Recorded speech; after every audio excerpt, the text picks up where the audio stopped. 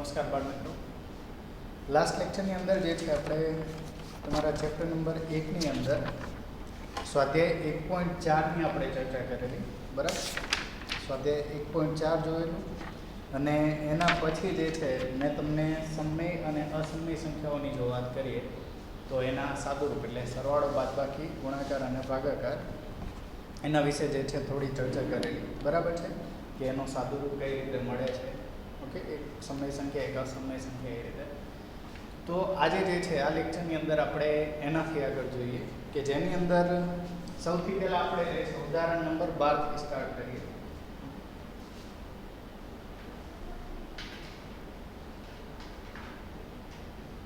ઉદાહરણ નંબર 12 જો અહીંયા શું કીધેલું છે, સૌથી પહેલાં તો કે 7 વર્ગમૂળમાં 5 કેટલીક સંખ્યાઓ આપેલી છે. 7 છેદમાં વર્ગમૂળમાં 5, પછી વર્ગમૂળમાં 2 + 21 અને પાઈ ઓછા 2. આ અસમય સંખ્યાઓ છે કે નહીં તે ચકાસવું, બરાબર. સૌથી પહેલા સાદું રૂપ આપવાનું છે અને પછી જે છે આપેલી સંખ્યાઓ અસમય સંખ્યાઓ છે કે નહીં એ આપણે જોવાનું છે, બરાબર. ચલો એનો ઉકેલ જોઈએ.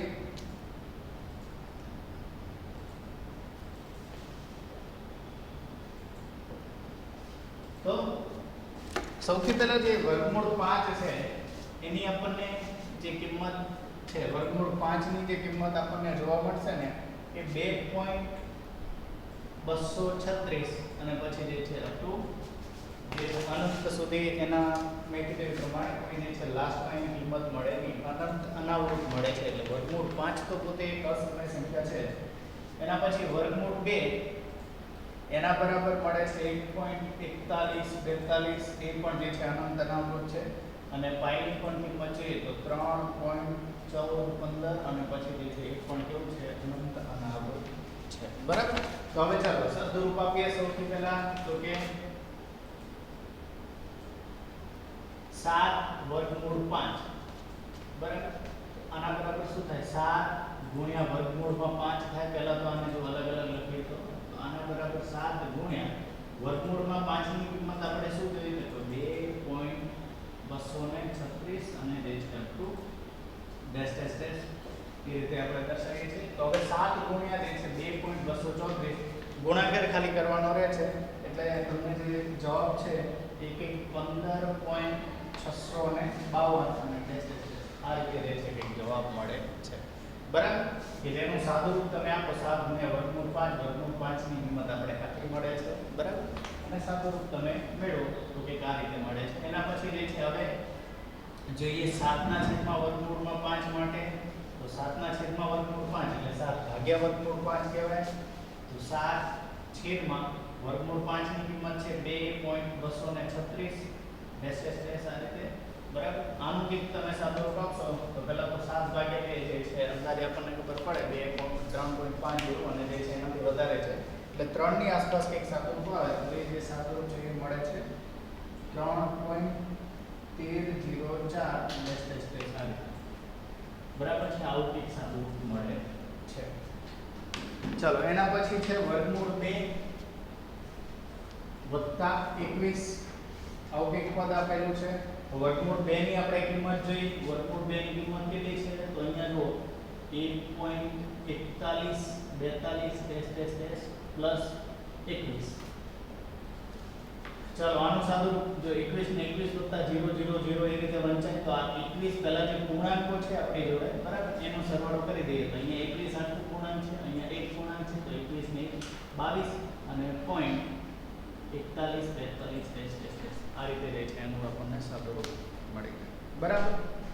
અને પાઈ ઓછા 2 બરાબર પાઈની કિંમત છે 3.1415 ડેશ ડેશ ડેશ માઈનસ 2. અહીંયા પણ જો બે પૂર્ણાંક છે, પૂર્ણાંકોને ધ્યાનમાં લો. પહેલા સાદુરૂપ 3 ઓછા 2 એટલે કેટલા થાય 1 અને પછી દશાંશને ધ્યાનમાં લો. દશાંશ એટલે 14 15. અહીંયા તો કોઈ દશાંશ છે નહીં એટલે મૂળ સ્વરૂપે તમને તમારો જવાબ મળી જાય, બરાબર. તો આ જે છે એની તમને સાદુરૂપ મળે છે. તો હવે કીધું છે કે સમય છે કે અસમય સંખ્યાઓ છે એ જો તો અહીંયા દરેકમાં લખી શકાય કે આપેલ દરેક સાદું રૂપ આપણે જોઈએ ને તો કેવું છે અનંત અનાવૃત છે. અનંત અનાવૃત હોય તો એનું જે છે કેવું કહેવાય અનંત અનાવૃત હોય તો આપેલી સંખ્યાઓને અસમય સંખ્યાઓ કહેવાય. તો આપેલ બધી જ સંખ્યાઓ માટે સાદુરૂપ કેવું મળે છે તો કે અનંત અનાવૃત મળતું હોવાથી કહી શકાય કે આપેલી સંખ્યાઓ કેવી છે તો કે અસમય સંખ્યાઓ છે. બરાબર. ચાલો આ થઈ ગયા એનો જવાબ. કે વધારે જે છે વિશેષમાં હતું નહીં. બરાબર છે. આપણે કિંમત મેળવીને પછી જે છે આ રીતે સાદુરૂપ આપવાનું. જો જનરલી વર્ગમૂળ 5 વર્ગમૂળ 2 આવી કિંમતો તમને સામાન્ય રીતે યાદ રહેવી જોઈએ. જે છે વર્ગમૂળ 2 એટલે એક આપણે અંદાજિત 1.41 એની કિંમત લઈએ છીએ. વર્ગમૂળ 3 એટલે 1.73 આસપાસ. પછી વર્ગમૂળ 5 જે છે અહીંયાથી કોઈ પ્રમાણે 2.236 આસપાસ. બરાબર. તો આ રીતે આટલે સુધી. અથવા જે છે એના સિવાય જો કોઈ વધારે એવા પદ હશે ને તો સામાન્ય રીતે જે છે તમને જે પ્રોસેસ છે અથવા જે એનો જવાબ છે બરાબર એ તમને બ્રેકેટમાં આપેલો જ હશે. જે રકમની વાત કરીએ ને તો એની અંદર જે બ્રેકેટ હશે એની અંદર તમને એનો જવાબ આપેલો હશે. બરાબર. કોઈ જો મોટા એવા આપણે સંખ્યાઓની વાત કરીએ ને રૂટમાં આપેલી હોય તોની વાત છે. બરાબર. ચલો ઉદાહરણ 13 પણ જોઈ લઈએ. ઉદાહરણ 13 શું કીધું છે તો કે 2 વર્ગમૂળમાં 2 વત્તા 5 વર્ગમૂળમાં 3 એક આનો અને બાકી બીજું પદ આપ્યું છે વર્ગમૂળ 2 ઓછા 3 વર્ગમૂળમાં 3 આનો સરવાળો કરો. બરાબર છે. ચલો આપણે બંને માટે શું કરવાનું છે સરવાળો કરવાનો છે. પહેલા તો 2 વર્ગમૂળમાં 2 વત્તા 5 વર્ગમૂળમાં 3 કૌંસને છૂટા કરી દઈએ નિશાને બદલી દઈએ વત્તા વર્ગમૂળમાં 2 અને પ્લસ માઈનસ 3 વર્ગમૂળમાં 3. બરાબર. હવે જો અહીંયા જે છે સાદુરૂપ તમારે આપવું હોય તો અહીંયા આપણે સરળ સાદુરૂપ આપવાનો પ્રયત્ન કરીએ. બરાબર છે. અહીંયા સરવાળો કરવાનું કીધું છે. ફક્ત સરળ સાદુરૂપ એટલે જે છે દરેક માટે આપણે અહીંયા 1.41 વડે ગુણાકાર ને એવું નહીં કરીએ. અહીંયા જોઈએ વર્ગમૂળમાં 2 જે છે એના જેવું જ એક વર્ગમૂળમાં 2 વાળું પદ અહીંયા પણ આપેલું છે. બરાબર છે. તો અહીંયા શું કરી દઈએ તો કે આપણે એને નજીક લઈ દઈએ તો 2 વર્ગમૂળ 2 વત્તા વર્ગમૂળ 2. ઓકે. અને પછી જે છે આ બે પદ આવી ગયા. વધ્યું શું તો કે અહીંયા વત્તા 5 વર્ગમૂળમાં 3 અને પછી જે છે લાસ્ટ સ્ટેપ આપણું 3 વર્ગમૂળમાં 3 એ લખી દઈએ. બરાબર. હવે જો અહીંયા જે છે વર્ગમૂળમાં 2 કોમન છે. હવે સામાન્ય રીતે આ વર્ગમૂળ 2 જે છે ને એને 1 વર્ગમૂળમાં 2 લખવું હોય તો પણ લખી શકાય. બરાબર છે. તો અહીંયા જો બંનેનું જ્યારે સાદુરૂપ આપીએ એટલે કે સરવાળો કરીએ ને ત્યારે આપણી પાસે જે પૂર્ણાંક છે ને બહાર જે રહેલો પૂર્ણાંક છે ને વર્ગમૂળની બહાર બરાબર એનો આપણે સરવાળો કરીએ તો અહીંયા 2 અને 1 એટલે 3. બરાબર. તો 3 અને વર્ગમૂળમાં 2 રાખવાનું એમનું એમ. કેમ આપણે ચલ માટે કરતા હતા. ધારો કે 2x + x કરીએ તો શું કરીએ તો અહીંયા જે છે ચલને એમને રાખીએ એટલે કે x એમને રાખીએ અને જે આ રીતે કોઈ પદ હોય તો એને 1 લઈ લઈએ 1x કહેવાય.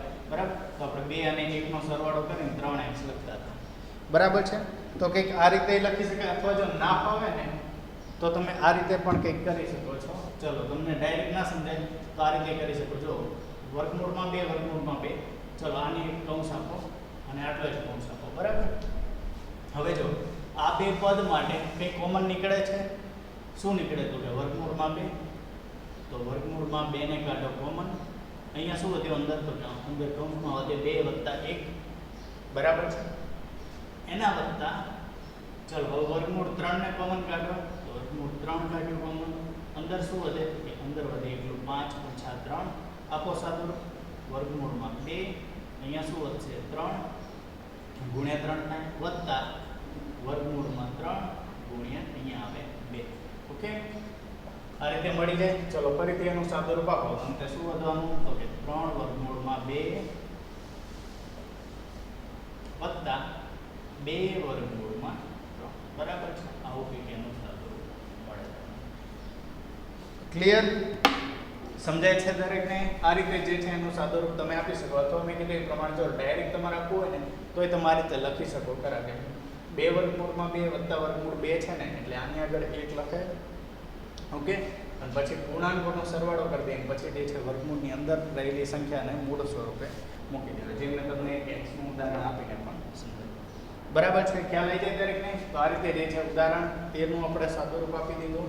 બરાબર, તો આ રીતે જે છે ફક્ત જો આપણે સમય સંખ્યાઓની વાત કરીએ ને પછી તમને ચલો એક ઉદાહરણ 14 અને 15 આપેલા છે, એ તો એકદમ સરળ જ છે. બરાબર, શું કીધેલું છે 14 માં જો તો કે 6 વર્ગમૂળ 5 નો 2 વર્ગમૂળ 5 સાથે ગુણાકાર કરો. ચલો અહીંયા જો 6 વર્ગમૂળ 5 છે ને એને 6 ગુણ્યા વર્ગમૂળમાં 5 લખાય, અને 2 વર્ગમૂળમાં 5 ને 2 ગુણ્યા વર્ગમૂળમાં 5 લખાય. બરાબર, ચલો પૂર્ણાંકોને લઈ લો જોડે જોડે, તો 6 ગુણ્યા 2, પછી અહીંયા શું વધે વર્ગમૂળમાં 5 ગુણ્યા વર્ગમૂળમાં 5. તો દરેકને ખ્યાલ છે જો કોઈ સંખ્યા છે વર્ગમૂળની અંદર એનો 2 વાર ગુણાકાર થાય ને તો એ સંખ્યા જે છે વર્ગ એટલે કે એનો વર્ગ થઈ જાય. બરાબર, તો અહીંયા વર્ગમૂળમાં 5 ગુણ્યા વર્ગમૂળમાં 5 છે તો આને શું લખાય તો કે વર્ગમૂળમાં 5 નો વર્ગ. બરાબર, આને કેવું લખાય તો કે વર્ગમૂળમાં 5 નો વર્ગ. આ રીતે લખાય. હવે જો અહીંયા વર્ગમૂળ છે, અહીંયા જે નિશાની છે વર્ગની છે, તો આ વર્ગમૂળ અને વર્ગ શું થઈ જાય ફિટોસ થઈ જાય. અહીંયા શું વધે? અહીંયા વધે એટલું 5. બરાબર છે, તો અહીંયા આપણે 6 ગુણ્યા વર્ગ 2, અને પછી જો અહીંયા કોઈ પણ વર્ગમૂળમાં 5 ગુણ્યા વર્ગમૂળ 5 છે એની જગ્યાએ જો તમને બીજું કોઈ પદ આપેલું હોય જેમ કે વર્ગમૂળમાં 3 ગુણ્યા વર્ગમૂળમાં 3, તો એ તે જે છે એને આ રીતે લખી શકાય કે વર્ગમૂળમાં 3 નો વર્ગ, અને પછી વર્ગ અને વર્ગમૂળ શું થઈ જાય તો એ થઈ જાય ફિટોસ. બરાબર, તો એટલા માટે પછી જે છે એની જગ્યાએ આપણે પૂર્ણાંક સંખ્યા લખી શકીએ. તો એ જે રીતે જે છે અહીંયા તમે વર્ગમૂળમાં 5 ગુણ્યા વર્ગમૂળમાં 5 એને જે છે 5 લખીશું. પણ એક વસ્તુ ખાસ એ ધ્યાનમાં રાખજો કે જ્યારે તમે બે સરખી સંખ્યાઓ હોય ને, સરખી અસમય સંખ્યાઓ તોની જ વાત છે. જો અલગ અલગ હોય તો એવું ના કરતા. બરાબર, જો તમને વર્ગમૂળમાં 3 ગુણ્યા વર્ગમૂળમાં 5 કીધું હોય તો પાછા તમે 3 અને 5 નો ગુણાકાર કરીને એને જે છે વર્ગના સ્વરૂપમાં ના લખી દેતા. બરાબર, નહીતર પડે ખોટું. કારણ કે અહીંયા જે છે આનું સાદુરૂપ કઈ રીતે મળે તો કે એને લખવાનું વર્ગમૂળમાં, અને પછી જે છે બંને વર્ગમૂળમાં છે તો લખવાનું 3 ગુણ્યા 5, એના બરાબર સાદુરૂપ મળે વર્ગમૂળમાં 15. બરાબર, અહીંયા ફિટોસ થશે નહીં. બરાબર, દરેકે ધ્યાન રાખવાનું, નહીતર જે છે દાખલો પડે ખોટો. તો એટલા માટે અહીંયા જે છે વર્ગમૂળમાં 3 ગુણ્યા વર્ગમૂળમાં 5 એનું સાદુરૂપ વર્ગમૂળમાં 15 મળે છે. બરાબર, નહીં કે 15. બંને જો સરખા હોય, અહીંયા વર્ગમૂળ 5 બે અંક સરખા છે તો જ એનો જે છે વર્ગ થઈ શકે. આ રીતે જે છે એને તમે લખી શકો ને એના બરાબર 5 મળી શકે. પણ એમાં જો અહીંયા જે છે વર્ગમૂળ 5 ગુણ્યા વર્ગમૂળ 5 એટલે કે જો તમે એનું સાદુરૂપ આપવા માંગતા હોય તો આ રીતે આપી શકો. ચલો જો કોઈ ના ખ્યાલ આવતો હોય તો વર્ગમૂળમાં 5 ગુણ્યા વર્ગમૂળ 5, અંતે આને લખાય આ રીતે એટલે કે વર્ગમૂળમાં 5 ગુણ્યા 5, તો કેટલા વધે? અહીંયા વધે વર્ગમૂળમાં 25. દરેકને ખ્યાલ છે વર્ગમૂળમાં 25 મતલબ શું આવે? 25 પૂર્ણ વર્ગ સંખ્યા છે, જવાબ આવે 5. ઓકે, તો આ રીતે લખી શકાય. તો ખાસ એ કોઈ ભૂલ ના કરતા કે જે છે એની અંદર કોઈ અલગ અલગ સંખ્યાઓ આપી હોય અને જે છે તમે એનો સાદુરૂપ આપો તો તમે એને પૂર્ણ વર્ગના સ્વરૂપમાં આપી દો. બરાબર છે, તો અહીંયા 6 ગુણ્યા 2 એટલે 12, અને વર્ગમૂળ 5 ગુણ્યા વર્ગમૂળ 5 એટલે લીધા આપણે 5, 12 ગુણ્યા 5 એટલે 60. બરાબર, આ થઈ ગયો આપણો જવાબ. ઓકે, ખ્યાલ આવી જાય દરેકને? તો કંઈ જે છે આની અંદર નવીનમાં છે નહીં, મેં કીધું એ પ્રમાણે. એ જ રીતે જે છે લાસ્ટ એક ભાગાકારનો દાખલો આપેલો છે. દાખલો કંઈક આવો છે, 8 વર્ગમૂળમાં 15 ભાગ્યા 2 વર્ગમૂળમાં 3. ઓકે, અને આ રીતે લખી શકાય. ચલો હવે જે છે 8 ગુણ્યા વર્ગમૂળ 15 લખાય અને છેદમાં 2 ગુણ્યા વર્ગમૂળ 3 લખાય. 15 ને મેં હમણાં તમને ઉદાહરણ આપ્યું એ રીતે જે છે સાદુરૂપ તમે આપી શકો. 8 ગુણ્યા વર્ગમૂળમાં 15 એટલે વર્ગમૂળ 3 ગુણ્યા વર્ગમૂળ 5 આવું એ લખી શકાય, અને છેદમાં 2 ગુણ્યા વર્ગમૂળ 3. ચલો આવડી જાય. અહીંયા જે છે ભાગ પાડી શકો, 2 ચોક 8 થાય તો અહીંયા શું વધે? 4. બરાબર, તો 4 ગુણ્યા વધ્યો શું? વર્ગમૂળમાં 5. આટલું જ વધે, બાકી કંઈ વધતું નથી. સરળ છે, અને લખી નાખો 4 વર્ગમૂળમાં 5. તમારો જવાબ. બરાબર, ક્લિયર, સમજાય દરેકને? તો આ રીતે જે છે તમે જો સમય અને અસમય સંખ્યાઓની જો વાત કરશો ને એનું તમે સાદુરૂપ આપવા જશો તો સામાન્ય રીતે જે છે આના ઉપરથી આપણે 2 કે 3 તારણ ઉપર આવી શકીશું. બરાબર છે, આના ઉપરથી જે છે આપણે 2 કે 3 તારણ ઉપર આવી શકીએ. કયા તારણ છે ચલો જોઈ લઈએ.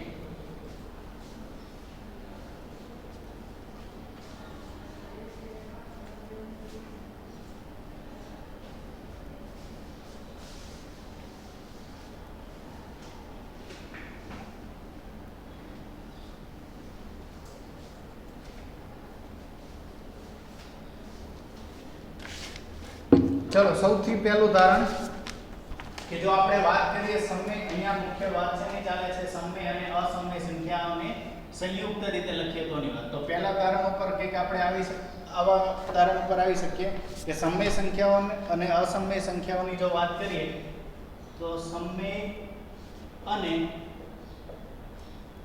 અસમય સંખ્યાઓનો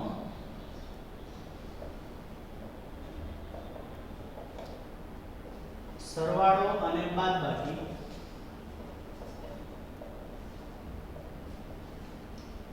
હંમેશા અસમય સંખ્યા જ મળે. આપણે જોયું જે પ્રમાણે, ચલો ઉદાહરણ આપણે વાત કરીએ. ઉદાહરણ 12 જોયું, બરાબર છે. ઉદાહરણ 13 જોયું કે જેમાં આપણે સરવાળો કરવાનો હતો, બરાબર છે. તો આ રીતે જ્યારે સરવાળા અને બાદબાકીની વાત કરીએ, બરાબર છે, તો એનો જવાબ તમને હંમેશા અસમય સંખ્યા જ મળશે. બરાબર છે. એ જ રીતે જો આપણે અહીંયા ગુણાકાર અને ભાગાકાર કરી દઈએ તો પણ જે છે આપણને બીજી શરત પણ એ જ મળી રહે છે. ફક્ત શું કરવાનું છે? ગુણાકાર અને ભાગાકાર. એ પણ આપણે જોયું. તો ગુણાકાર અને ભાગાકાર જોઈએ ને તો એ પણ જે છે આપણને અસમય સંખ્યા જ મળશે. બરાબર છે. તો શૂન્યેતર સમય સંખ્યા હોય, બરાબર, પણ એની કન્ડિશન એટલી છે કે સમય સંખ્યા છે ને એ શૂન્ય સિવાયની હોવી જોઈએ. બરાબર, અને એનો જે છે ગુણાકાર અને ભાગાકાર કરો તો પણ તમને કેવું મળે? તો એનું પરિણામ અસમય સંખ્યા મળે. બરાબર, પણ જો તમે બે અસમય સંખ્યાઓની વાત કરો, બે અસમય સંખ્યાઓ માટે બે અસમય સંખ્યાઓનો સરવાળો બાદબાકી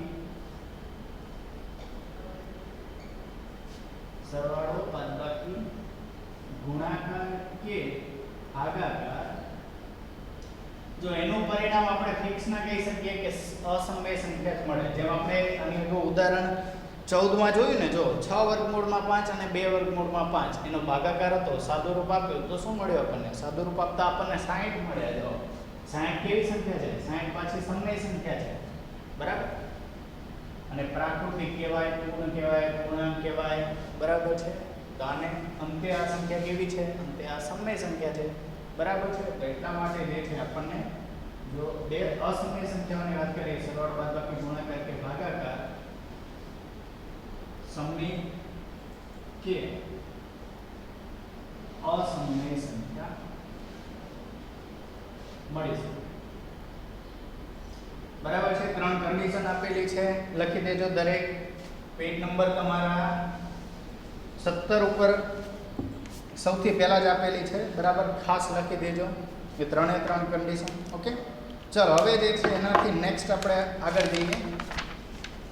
હવે જો આપણે આનાથી અગાઉ સ્વાધ્યાય જે છે 1.2 અથવા જે છે 3 ની આસપાસ આપણે અસમય સંખ્યાઓ જે છે એનું વાસ્તવિક સંખ્યા રેખા પર નિરૂપણ કઈ રીતે થાય એ તો આપણે શીખી ગયા. બરાબર છે, કે વાસ્તવિક સંખ્યાની જો વાત કરીએ તો અસમય સંખ્યાની એનું વાસ્તવિક સંખ્યા રેખા પર નિરૂપણ જે આપણે શીખેલા, વર્ગમૂળ 2, વર્ગમૂળ 3, વર્ગમૂળ 5, બરાબર છે, આવું આપણે શીખી ગયા હતા. પણ આનું ભૌમિતિક રીતે જો આપણે નિરૂપણ કરવું હોય તો આપણે કઈ રીતે કરી શકીએ? એટલે કે જે છે એને રિલેટેડ એ માપનું વર્તુળ, બરાબર છે, અથવા જે છે માપનો ચાપ, કે ભૌમિતિક રીતે જે છે એનું નિરૂપણ કઈ રીતે કરી શકાય?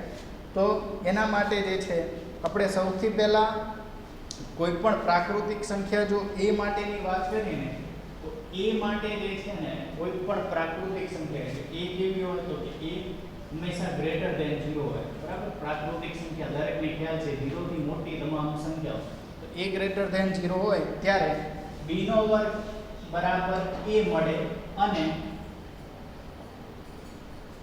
એનાથી આપણને સાબિત શું થાય તો કે હંમેશા b ગ્રેટર ધેન 0 મળે. બરાબર છે. b ગ્રેટર ધેન 0 અને b જે છે એ a કરતા પણ મોટા હોય. એક કિસ્સામાં એક્સેપ્શનલ કે એક હોય ત્યારે જે છે આપણને બે સરખા મળે. બાકી સામાન્ય રીતે જે છે એ b પણ ગ્રેટર ધેન 0 મળે. બરાબર. એટલે એ જો ધન પ્રાકૃતિક સંખ્યા હોય તો b નો વર્ગ આપણે કરીએ બરાબર. b નો વર્ગ બરાબર a એવું કંઈક આપણને સ્વરૂપ મળે. b નો જે વર્ગ કરીએ ત્યારે આપણને જે a મળે છે ને તો એની અંદર જે છે b પણ કેવો હોય તો b ગ્રેટર ધેન 0 હોય. બરાબર. અહીંયા જે છે એના ઉપરથી વર્ગમૂળમાં a બરાબર b પણ લખી છે. બરાબર છે. તો આનું સાદુરૂપ જે છે કંઈક આવું મળે b ગ્રેટર ધેન 0. બરાબર. ખ્યાલ આવે દરેકને? જો a ગ્રેટર ધેન 0 એટલે ધન કોઈ જે છે પ્રાકૃતિક સંખ્યા હોય તો a બરાબર જે છે જો કોઈ b ના વર્ગના સ્વરૂપમાં અથવા તો વર્ગમૂળમાં a લો તો જે છે વર્ગમૂળમાં a એટલે કે જે આ કિંમત છે એનું તમે વર્ગમૂળ કરો તો તમને જે સંખ્યા b મળે ને તો b એ કેવું હોય b પણ ગ્રેટર ધેન 0 હોય. મતલબ કે માઈનસમાં ના જતું રહે એ પણ જે છે તમને પ્લસ જ મળે છે. બરાબર છે. તો એ જ રીતે જે છે એ જ નિયમ આપણે લાગુ પાડી શકીએ વાસ્તવિક સંખ્યા માટે પણ કે જો a ગ્રેટર ધેન 0 કોઈ વાસ્તવિક સંખ્યા છે તો વર્ગમૂળમાં a બરાબર b મળે કે જ્યાં b નો વર્ગ બરાબર a મતલબ કે બે બાજુ વર્ગ કરો તો તમને કંઈક આવું મળે જ્યાં b પણ ગ્રેટર ધેન 0 મળે છે. બરાબર. b ની કિંમત પણ આપણને કેવી મળે છે તો કે જે આપણને એના બરાબર પણ જે છે 0 કરતાં વધારે મળે છે. બરાબર. તો મેં કીધું એ પ્રમાણે કે આપણે જો સંખ્યા રેખા પર તો નિરૂપણ કરતા જોયું. ચલો હવે ભૌમિતિક રીતે આપણે નિરૂપણ કરતા શીખવું હોય અથવા જોવું હોય તો કઈ રીતે જોઈ શકીએ. ચલો એક ઉદાહરણ આપણે લઈએ કે 3.5 છે એનું નિરૂપણ કીધું હોય તો કઈ રીતે જોઈ શકાય. ચલો શીખી લઈએ.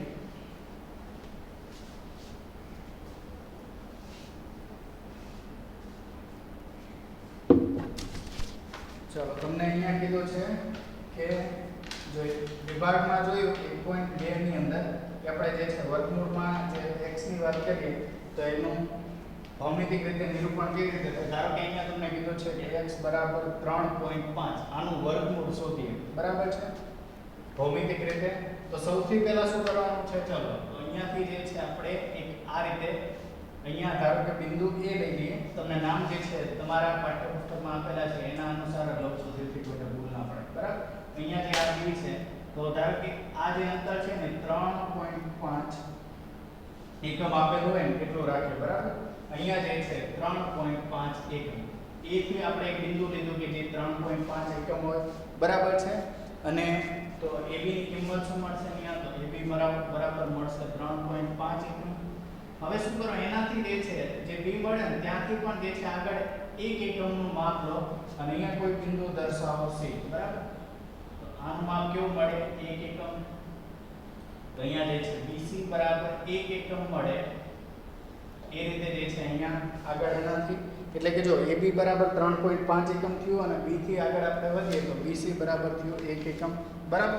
હવે શું કરવું તો કે જો આ ac લઈ લો આખું ac તો આ AC નું માપ કેટલું થાય તો કે 4.5 એકમ થાય. કઈ રીતે તો કે આખાનું માપ જે છે જોઈએ તો આટલો ભાગ ને આ બે ભાગ બેનો સરવાળો થાય ત્યારે આપણને મળે ને. તો આનું એક મધ્ય બિંદુ લો. ધારો કે અહીંયા આપણને મધ્ય બિંદુ મળે. બરાબર. આ માપ અને આ માપ બંનેનું મધ્ય બિંદુ એને અહીંયા નામ તમને આપેલું છે પાઠ્યપુસ્તકમાં O.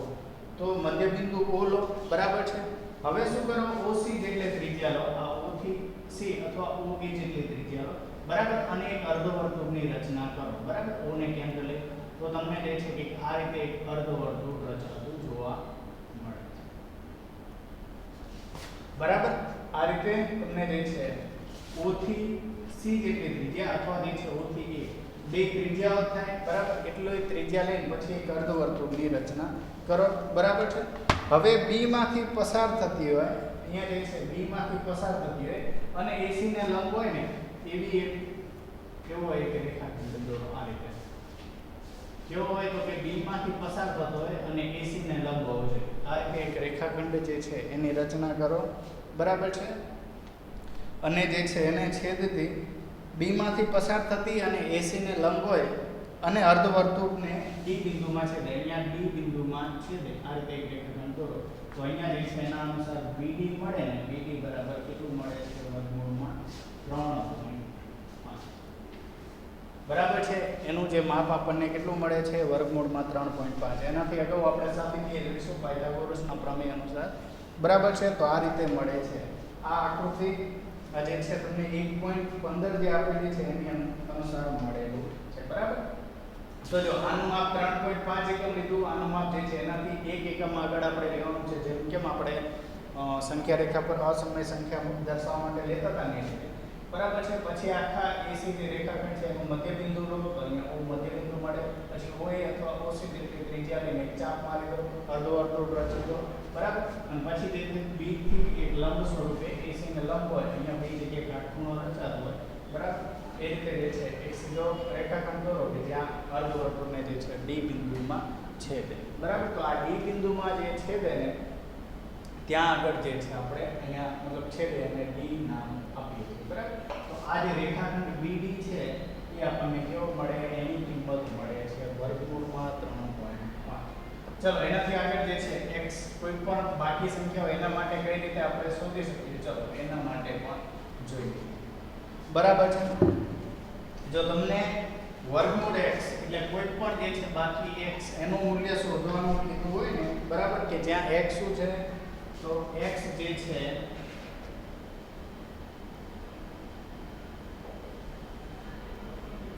કોઈ પણ ધન વાસ્તવિક સંખ્યા છે. બરાબર. ઋણ માટે દરેકને ખ્યાલ છે ઋણનું કોઈ ભૌમિતિક માપ ના હોય. બરાબર. એક એકમ કહો આપણે તો એક એકમ આપણે આ રીતે લખી શકીએ અથવા 1 સેમી કીધું હોય તો 1 સેમી આટલું માપ મળે. પણ તમને ઋણ કીધું હોય તો દરેકને ખ્યાલ છે કે ઋણનું ભૌમિતિક રીતે જે છે આપણે માપ કરી શકીએ નહીં. આનું માપ જે છે આ જો જોઈએ ને તો એના માપ હંમેશા આપણને કેવા મળે પ્લસમાં હોય. પ્લસમાં હોય તો જ આપણે એનું જે છે ભૌમિતિક રીતે નિરૂપણ કરી શકીએ. બરાબર. તો અહીંયા તમને કીધું છે કે જો વર્ગમૂળ x નું આપણે મૂલ્ય શોધવું હોય કે જ્યાં x શું હોય તો કે x જે છે એ ધન વાસ્તવિક સંખ્યા હોય. જેમ આપણે અગાઉ 3.5 લીધી એ રીતે અહીંયાથી ધારો કે તમે કોઈ એક બિંદુ K લો કે જ્યાંથી તમને જે પણ વર્ગમૂળમાં x કીધું અહીંયા P સુધી એટલું માપ લઈ લો. બરાબર. તો અહીંયા લઈ લઈએ વર્ગમૂળમાં x. ઓકે. અહીંયા જે માપ જે છે આપણે x લઈ લઈએ જેમ આપણે અગાઉ 3.5 લીધું તો એ રીતે જે છે આટલું માપ થાય x. હવે એનાથી આગળ જે છે અહીંયા B થી આગળ તમને જે બિંદુઓ છે ને નામકરણ પાઠ્યપુસ્તક અનુસાર કરું છું જેથી તમે સમજી શકો. તો અહીંયા C આ માપ કેટલું લેવાનું છે મેં અગાઉ કીધું હતું આ માપ લેવાનું છે 1 એકમ. બરાબર છે.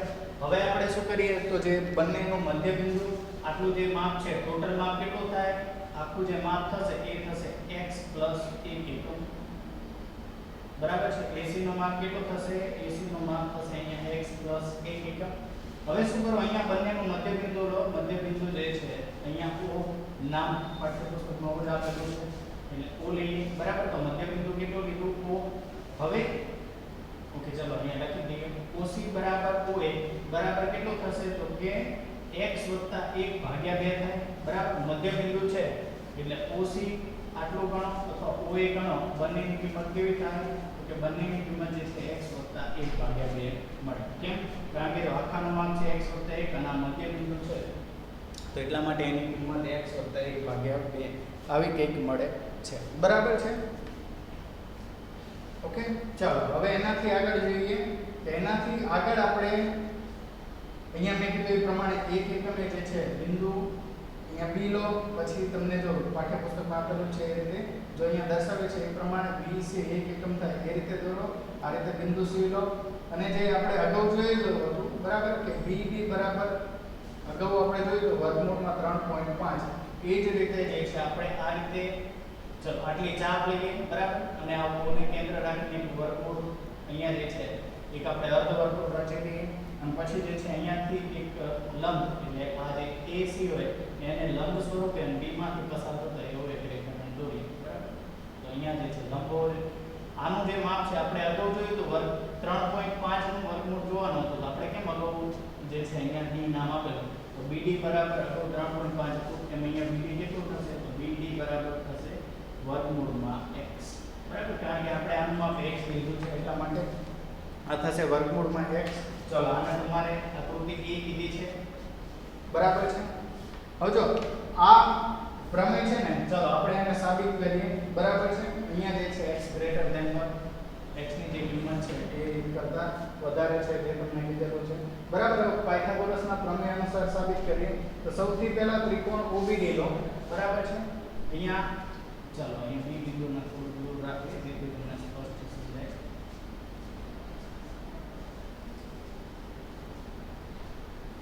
ચલો OBD કાટકોણ ત્રિકોણ થાય કેમ? કારણ કે ખૂણો b કેવો છે તો કે લંબ સ્વરૂપે છેદે છે, બરાબર. તો કે ત્રિકોણ OBD પહેલા તો કાટકોણ ત્રિકોણ છે,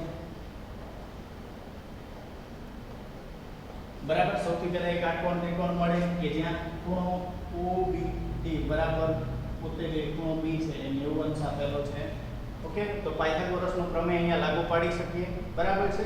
ચલો એનાથી આગળ હવે જે છે ત્રિજ્યા કેટલી છે તો ત્રિજ્યા છે x + 1/2, જે આપણે અહીંયા જોયું. જો આ મધ્ય બિંદુ છે તો આ અર્ધવર્તુળ માટે જોઈએ, આ એક અર્ધવર્તુળ છે તો અહીંયા જો આ બિંદુએ છેદે છે વર્તુળના કોઈ બિંદુએ, આ જે કેન્દ્ર કહેવાય વર્તુળનું અને અહીંયા કોઈ બિંદુ વર્તુળ પરનાથી કોઈ છેદે છે તો આ OC ત્રિજ્યા થાય. એ જ રીતે જે છે OB ત્રિજ્યા થાય. અને અહીંયા પણ જો O થી અહીંયા એક બિંદુ D છે તો આ D આ વર્તુળ પરનું બિંદુ છે તો OD પણ શું થાય તો OD પણ એક ત્રિજ્યા થાય.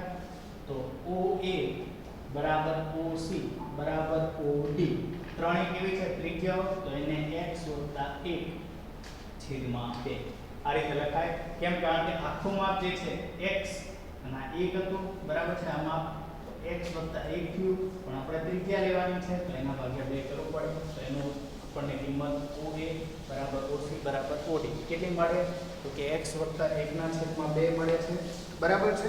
હવે શું કરીએ તો કે જો OB ની આપણે કિંમત મેળવવી હોય, બરાબર છે. આ O આ B, જો OB ની કિંમત આપણે મેળવવી હોય તો જે છે આપણને કઈ રીતે મળે તો OB બરાબર જે છે, ચલો અહીંયા તમે આપણે અગાઉની આકૃતિ એટલે જે આ આકૃતિ જોઈ હતી ને એના મુજબ આપણે જો OB ની કિંમત મેળવવી હોય, બરાબર છે.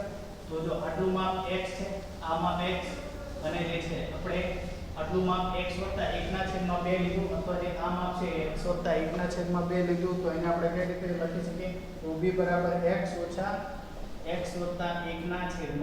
આવું લખાય.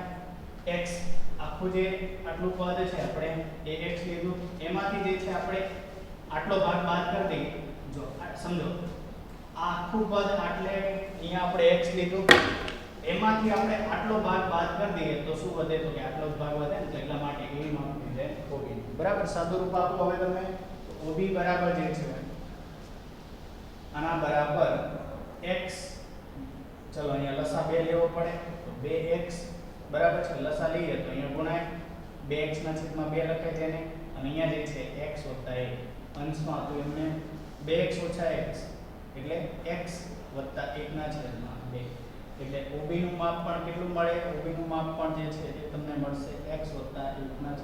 ઓકે, અહીંયા જે છે માઈનસ વડે ગુણાય તો x - 1/2 તમને સાદું મળે છે, બરાબર છે. x - 1/2 આ શું મળે? આ તમને મળે છે OB ની કિંમત, બરાબર. સૌથી પહેલા OB ની કિંમત મળી ગઈ. હવે એ જ રીતે જો તમને એક અહીંયા બાજુમાં એક બીજી આકૃતિ આપેલી છે કે જેની અંદર પણ તમને જે છે અહીંયા આ બિંદુ A લઈએ, અહીંયા જે છે તમે બિંદુ B લો, અહીંયા જે અગાઉ લીધું તો એ જ પ્રમાણે બિંદુ C, ચલો B ને થોડું સાઈડમાં રાખીએ સમજાય એટલા માટે. અહીંયા મધ્ય બિંદુ O આવશે, અહીંયાથી જે છે B ને લંબ હોય અને અર્ધવર્તુળને છે તે એવું એક બિંદુ D, બરાબર છે. ઓકે, આ રીતે આપણને કંઈક આપેલું છે. ઓકે, આ બાજુ હવે જે છે આપણે અંદર સમાવેશ થઈ જતો હોય જેનો O એને ત્રિજ્યા લઈને પછી જે છે અહીંયાથી બિંદુ એક B લઈએ, તમને AB આનું માપ જે છે x આપેલું હતું. અહીંયા જો x > 1 હતો, અહીંયા બીજો એક ઓપ્શન લઈએ કે જેની અંદર x < 1. x જે છે એ 1 કરતા કેવો હોય તો કે x જે છે 1 કરતા નાનો હોય છે. આને જો થોડું વિસ્તૃત સ્વરૂપે લીધું છે, બરાબર, એટલે દેખાય એટલા માટે. તો આના બરાબર 1 એકમ આપણે લીધું, બરાબર છે. અહીંયા O મધ્ય બિંદુ બંને માટે. ઓકે, આને જે છે આપણને કેવું મળે વર્ગમૂળમાં x મળે છે અહીંયા નામકરણ આપેલા છે એ મુજબ અહીંયા થાય d બરાબર તો જો અહીંયા આપણે વાત કરીએ હવે અહીંયા આપણે OB ની વાત કરીએ તો અહીંયા OB જે આને ધારો કે આકૃતિ B કહીએ તો અહીંયા OB શું મળશે OB ની અહીંયા આપણને કિંમત મળશે આખા x આટલાની કિંમત કેટલી મળે આપણને x + 1/2 જે અગાઉ મળી હતી એ જ પ્રમાણે મળે તો x + 1/2 ઓછા x આવું કંઈક પદ મળે આપણને બરાબર છે તો x ચલો સાદુરૂપ -2x/2 આ રીતે મળે ઓકે તો અહીંયા જે છે x - 2x એટલે -x + 1/2 આવું કંઈક જે છે સાદુરૂપ મળે જેને જે છે 1 - x/2 લખાય બરાબર ધન પદ જે છે આપણે પહેલા લખ્યું 1 - x/2 આવી કંઈક તમને જે છે OB ની કિંમત મળે છે બરાબર હવે જે છે બંનેમાં OB ની કિંમત મળી ગઈ હવે પાયથાગોરસના પ્રમેયનો આપણે ઉપયોગ કરીએ ચલો પાયથાગોરસનો પ્રમેયનો ઉપયોગ કરીએ તો દરેકને ખ્યાલ છે પાયથાગોરસના પ્રમેયમાં હવે આપણે BD નું માપ શોધવાનું છે બરાબર તો દરેકને ખ્યાલ છે સૌથી પહેલા અહીંયા કર્ણ શું લઈ છે કર્ણ જે છે કાટખૂણાની સામેનો બાજુ જે કર્ણ તો OD થાય તો OD નો વર્ગ દરેકને પાયથાગોરસનો પ્રમેય ખ્યાલ છે કે કાટખૂણ ત્રિકોણમાં કર્ણની લંબાઈનો વર્ગ એ બાકીની બે બાજુની લંબાઈના વર્ગના સરવાળા જેટલો હોય છે તો અહીંયા OD નો વર્ગ બરાબર OB નો વર્ગ વત્તા BD નો વર્ગ એવું લખી શકાય બરાબર છે તો આના અનુસાર આપણે કિંમત મેળવવાની છે BD ની તો BD નો વર્ગ બરાબર ચલો આને સામે લઈ જાઓ OD નો વર્ગ ઓછા OB નો વર્ગ આ રીતે લખી શકાય બરાબર છે એટલા માટે BD નો વર્ગ બરાબર ચલો હવે આપણે સાદુરૂપ આપીએ એનું તો અહીંયા જે છે અહીંયા તમને x + 1/2 એનો વર્ગ ઓછા OB એની કિંમત શું મળી હતી તમને તો કે x - 1/2 એનો વર્ગ ચલો 1 + 1 - જે છે અહીંયા તમને એનું સાદુરૂપ આપશો ને તો તમને જે છે 4x/4 આવું કંઈક મળશે આનું સાદુરૂપ આપશો તો તમને x મળશે બરાબર છે આ શેનું સાદુરૂપ મળે તો આ BD નો વર્ગ બરાબર x મળે છે જો BD નો વર્ગ x મળતો હોય તો BD બરાબર શું થાય તો કે આ વર્ગમૂળ સામે જતું રહે તો શું થાય વર્ગમૂળમાં x તો અહીંયા એના અનુસાર જે છે BD આનું તમે વર્ગમૂળ લો તો તમને શું મળે તો વર્ગમૂળમાં x મળે બરાબર છે ઓકે આ જે છે તમને શું મળે તો કે વર્ગમૂળમાં x તો આપ જે BD ની કિંમત છે એ તમને વર્ગમૂળમાં x જેટલી મળે છે તો આ વર્ગમૂળમાં x એની જગ્યાએ કોઈ પણ હોઈ શકે જેમ આપણે અગાઉ જોયું એ પ્રમાણે કે 3.5 હોય અથવા એનાથી વધારે કોઈ પણ બીજી જે છે ધન સંખ્યા હોવી જોઈએ એ જો આપણને દર્શાવી હોય બરાબર તો આપણે BD એનું માપ કઈ રીતે શોધી શકીએ તો કે જે જેટલું માપ છે એને દોરી દઈએ પછી જે છે એનાથી એક એકમ વધારે આગળ દોરીએ મધ્ય બિંદુ લઈ લઈએ પછી અર્ધવર્તુળની રચના કરો અને પછી B બિંદુમાંથી લંબ સ્વરૂપે એક રેખાખંડ રચો બરાબર છે કે જેનાથી આપણને વર્ગમૂળમાં x મળે છે બરાબર તો એનાથી આગળ એક તારણ પણ જે છે તમને આપેલું છે બરાબર ચલો એ એક આખો ફકરો ટીક કરવાનો થશે એ ટીક કરી દેજો જે પેજ નંબર 18 ઉપર આપેલો છે કે વાસ્તવિક સંખ્યા જે આપણે જોયું પ્રમાણે x > 0 જે x 0 કરતાં મોટી હોય ત્યારે વર્ગમૂળ x નું અસ્તિત્વ અને તેને દર્શાવવાની ભૌમિતિક રીત દર્શાવે છે જે આપણે અગાઉ જોઈએ પ્રમાણે જો આપણે સંખ્યા રેખા પર વર્ગમૂળ x નું જો આપણે નિરૂપણ કરવું હોય તો આપણે ઓલરેડી જોયેલું જ છે બરાબર કે આપણે જે BC છે એને સંખ્યા રેખા પર B ને 0 ની નજીક લઈ જઈએ અને C ને 1 તરીકે લઈએ જે આપણે અગાઉ વર્ગમૂળ 3 ને એ દર્શાવતા હતા ને એ રીતે બરાબર અને B ને કેન્દ્ર લઈ અને BD જેટલી ત્રિજ્યા લઈ બરાબર એનાથી અનુરૂપ એક ચાપ લઈએ અને જે એક બિંદુ E મળે તો E એ વર્ગમૂળ x નું નિરૂપણ કરે છે બરાબર છે અને નીચે આકૃતિ આપેલી છે એ પણ ટીક કરી દેજો તમારે દોરવાની છે જો 0 થી 1 ની વચ્ચે હંમેશા કિંમત ધન જ હોય છે પણ જો 0 થી 1 ની વચ્ચે x ની કિંમત આપેલી હોય અને વર્ગમૂળ x આપેલું હોય તો પણ જે છે એની રજૂઆત આપણે એ રીતે જ થઈ શકે છે બરાબર છે ઓકે તો એ રીતે જે છે એના માટે ધન વાસ્તવિક સંખ્યાની વાત કરીએ તો એના વર્ગમૂળ વિશેનો ખ્યાલ તો આપણને છે જ એ જ રીતે જે છે એનું ઘનમૂળ ચતુર્થ મૂળ અને જે છે એનું ધન પૂર્ણાંક n માટે એનું n મૂળ એની પણ જો વાત કરીએ તો એને પણ જે છે આપણે વિસ્તૃત સ્વરૂપે લખી શકીએ અથવા વિસ્તૃત કરી શકીએ એ પણ લાઈન અંડરલાઈન કરી દેજો બરાબર છે ઓકે, હવે જે છે વર્ગમૂળ ઘનમૂળ એ સમજેલા જ છે. ઓકે, એનાથી આગળ જે છે કરણી ચિહ્ન ને એ ભણવાનું થશે. પણ અત્યારે આપણા લેક્ચરનો ટાઈમ સમાપ્ત થઈ ગયો છે ને. ઓકે, ચાલો આપણા લેક્ચરનો ટાઈમ